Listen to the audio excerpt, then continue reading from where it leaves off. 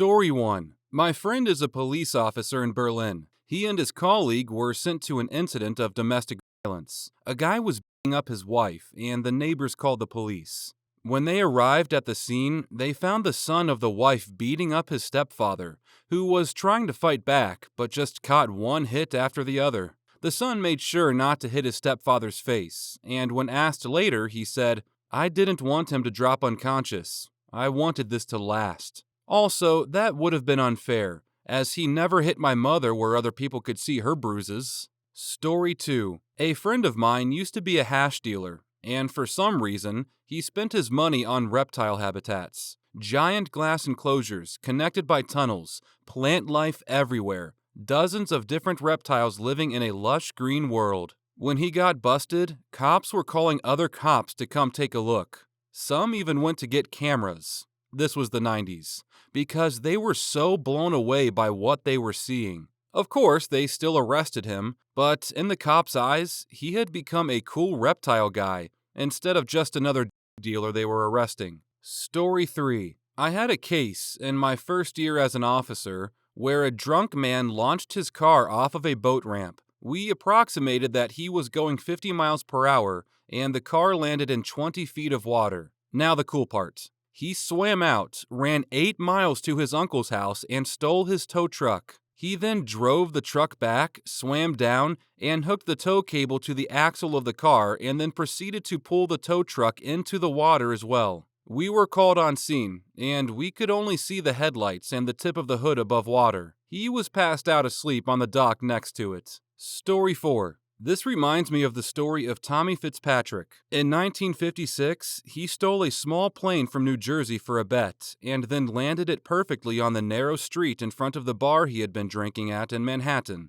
2 years later, he did it again after someone didn't believe he had done it the first time. I bet the cops that arrested him were very impressed. Hell, he didn't even end up getting that much of a punishment for either crime. The first time ended up being only a $100 fine, since the charges were dropped by the owner of the plane, and the second resulted in only 6 months of jail. Story 5. This one always gets me. In my city, a homeless man was breaking into homes by lockpicking. Nothing unusual with that. However, what he did was brilliant. He would wait until he knew the times people wouldn't be home and would clean their homes for them. He averaged a week or so per home going unnoticed. The first few homes he was never caught, but signs of a home invasion were reported to us. On the house he did get caught in, he used the defense that he was cleaning a home that he was hired to clean, and mistakenly got the house wrong and the door was left open. Armed with nothing but a cell phone, he made fake email correspondence to back his claims from a client with a similar address. He was able to overall, unproven but speculated, stay for upwards of a month in homes.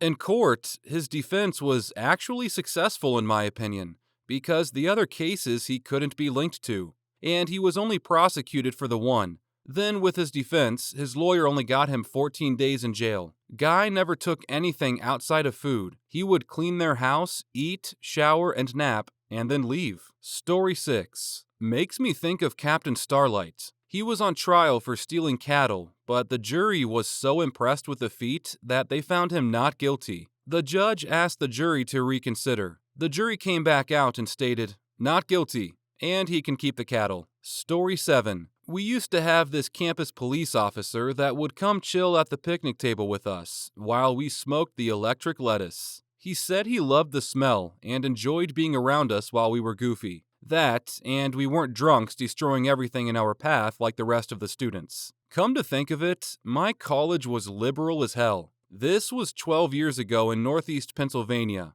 Weed was essentially legal on my campus, but they really enforced underage drinking. I want to hear from real cops, though. Story 8. Cops come due to a domestic disturbance. Husband is in altercation with man outside of home. Wife is present. Cops talk to husband who is severely beaten. Cops talk to their wives. Cops talk to a man who turns out to be their friend. The allegation is that the husband may have assaulted the wife, and the friend beat the husband. Husband runs inside and tells the cops to stay out. Works. Cops interviewing friends smirk and laugh when interviewing friends at how severely the husband was beaten. No one was arrested. Story 9. I wouldn't say that this is cool, but I arrested someone for battering his missus. Just before I told him the magic words, he said, "I saw her with 3 other guys. What would you do?" I could not think of anything cool to say, but the way the guy looked at me, I felt so bad for the situation they were both in. It seems that she had issues with drugs and alcohol, and he walked in on her gang. I've seen some of the replies to this and think it's shocking. She had issues, and so did he. Never is it okay to attack your partner. Just be nice to people and hope people are nice to you. I arrested the guy because I had the necessities, duty of care, and I had and wanted to. I wish I could have done more to help them. Story 10. My uncle was a state trooper in Oregon and pulled over a group of downhill skateboarders for speeding in a 40-mile-per-hour zone. Apparently, they were clocked going close to 60 miles per hour down a gradual decline. Apparently, they were even passing most of the cars. He didn't write them a ticket because he was just flat out impressed that their massive didn't slow them down. Pretty legendary. Story 11. Not a cop, but my dad was. He pulled over the local ice cream truck in town because the driver failed to stop at the stop sign. While reviewing his papers, he realizes the guy's license is expired, and his permit to operate the ice cream truck hadn't been renewed yet that summer. Instead of writing him ticket after ticket and essentially ruining this man's yearly income, he gave him 2 weeks to sort it out. The ice cream man got all of his stuff in order, and at the end of the summer, dropped off 4 massive boxes of ice cream to our house as a thank you. Never ate so many screwballs in all my life. Story 12. When I was 14, I smoked, because I was such a badass. Figured my mom didn't know because teenagers are so sneaky. My mom was dating a cop, and on date night she left and jokingly said, "No smoking in the house." Well, a few hours later, I went to the apartment quad for a smoke, and my mom and police boyfriend came home early. She yells, "Are you smoking?" And I was a little bit. I was like, "Yeah, you said don't do it in the house." Her boyfriend was like, "Technically speaking, he has your parental permission to smoke as long as it wasn't inside. So I don't even need to do anything." We did eventually have a talk about the dangers of smoking and blah blah blah, which totally didn't take because I was eventually detained by campus police at 16 for smoking on campus during school hours. Got 30 hours of community service. Story 13. This happened a long time ago. I was a rookie in the early 80s. I was dispatched on a disturbance call, and when I arrived, there was a guy on the ground and a woman was pummeling him with a baseball bat. I ran up and grabbed her, took the bat, and handcuffed her. I called an ambulance for the guy, and the woman was crying and saying, "You don't understand, he raped me last year." I was a little incredulous, but checked it out, and sure enough, he did have an outstanding warrant for rape. I had dispatch pull up the report, and you guessed it, she was the victim. The EMTs checked him out, and he was very bruised, but not really injured. I took the cuffs off of her and slapped them on him, and told her thank you for the assist on the arrest. He went straight to jail, did not pass go or collect $200. Story 14. Look up the story of the Barefoot Bandits. Basically, a kid who lived in the woods and evaded the FBI for a good long time. He taught himself to fly planes that he stole through trial and error, the error being he crashed. And I think the FBI ultimately hired him after catching him in Florida, after getting there from his home in Washington State. Some of that might be wrong, but I recommend reading the full story. It's a great read. Story 15. I'm not a cop, but I've been let go by the cops a number of times when I was a wild youth. First, there were many times I just walked calmly past the cops busting a house party. They were too busy having fun chasing the kids running or hiding. Another time, I was out joyriding with my friends soon after the 4th of July. We were in a rural area and had some fireworks in the car. We hadn't seen a car for miles, so I had the brilliant idea for Roman candle jousting. I held the candle outside and shot out above and in front of the car, so we would drive through the sparks. It was great watching all the colorful bursts shower over the windshield. We did 2 candles and decided we would do 1 more and be done. The last candle, we passed a dark car on the side of the road for the last round of sparks.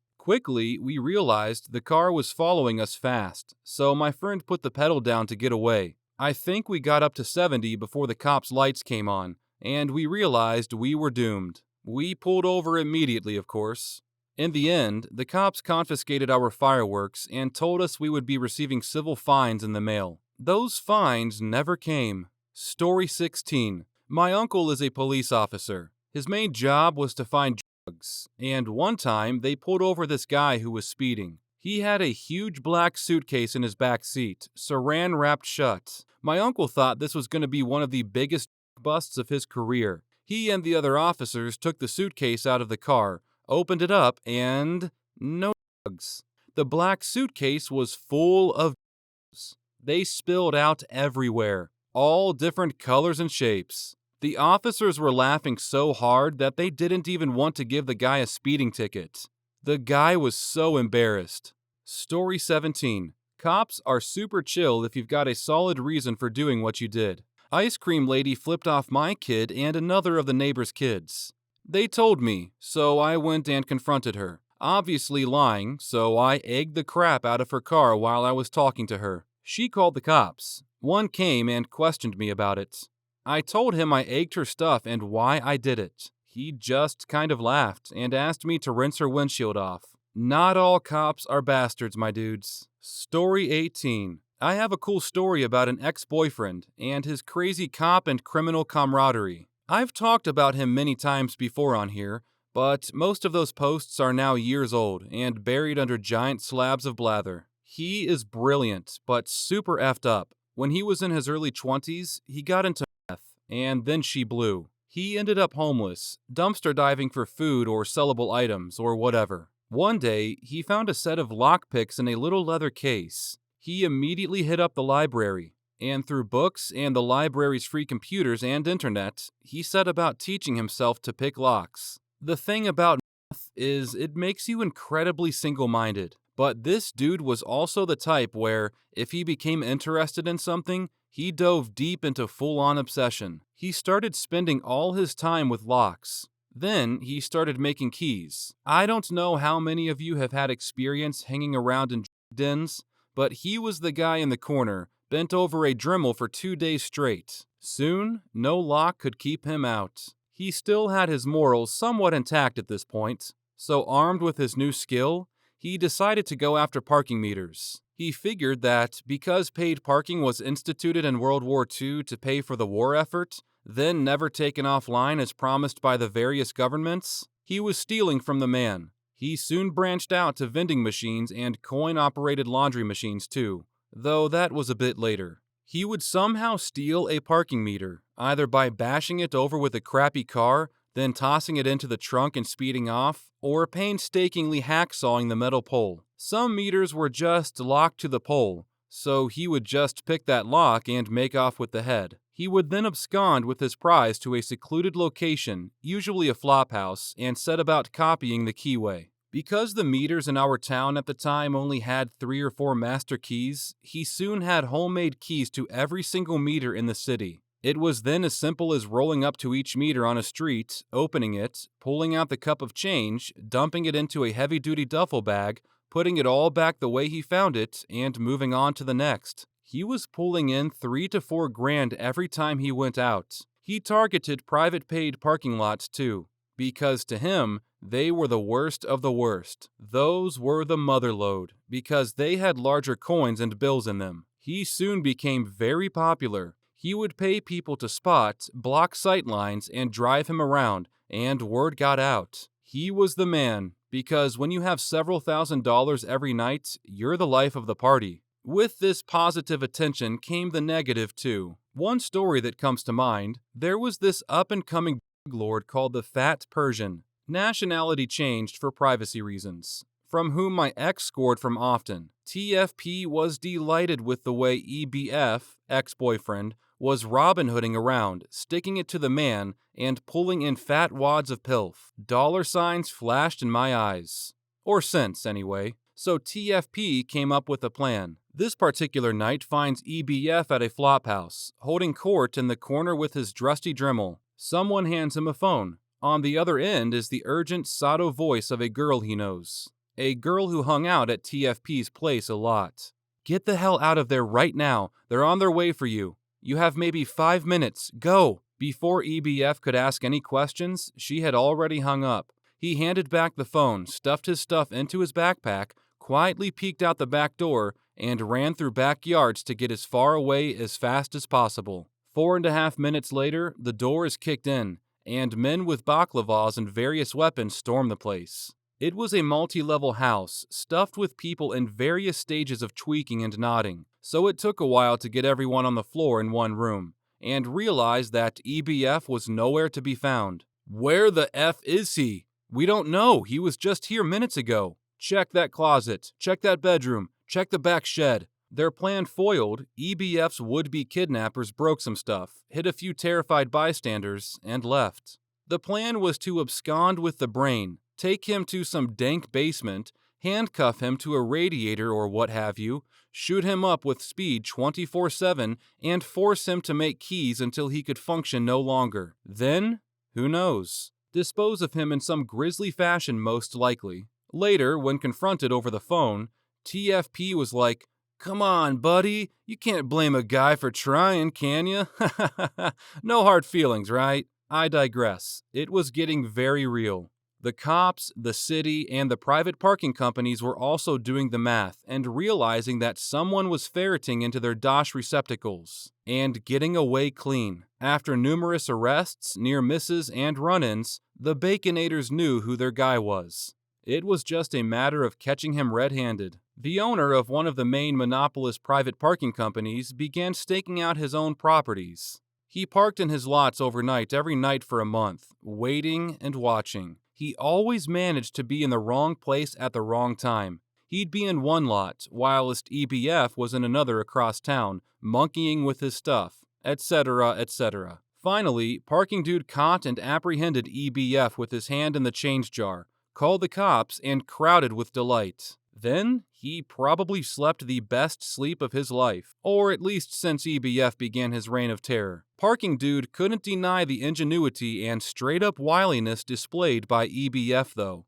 and had to hand it to the guy. Same with the cops. One cop in particular, the guy EBF had the most dealings with, was also gleefully flabbergasted by the on this kid. In the interrogation room, you'd have sworn the two were old buddies laughing over beers, reminiscing about the good old days. "So, that night we were chasing you and you disappeared? Where the F did you go? It's like you teleported away. You know that bush beside the house on Street and Avenue? I hid in there until you guys left." "No shit. We must have walked past that damn bush 20 times. Ha ha ha ha. Yeah, I was looking in my Batman underoos for sure. Oh, check this out. This was the meeting I was at a few weeks ago with the mayor, chief of police, and parking commissioner." Mayor: "What are we gonna do about this kid with the keys?" Parking commish: "Well, we've already changed the locks on 30% of the meters." Police chief pulls out a ring with a bunch of janky homemade keys on it, selects a key, and holds it up. "You mean these locks?"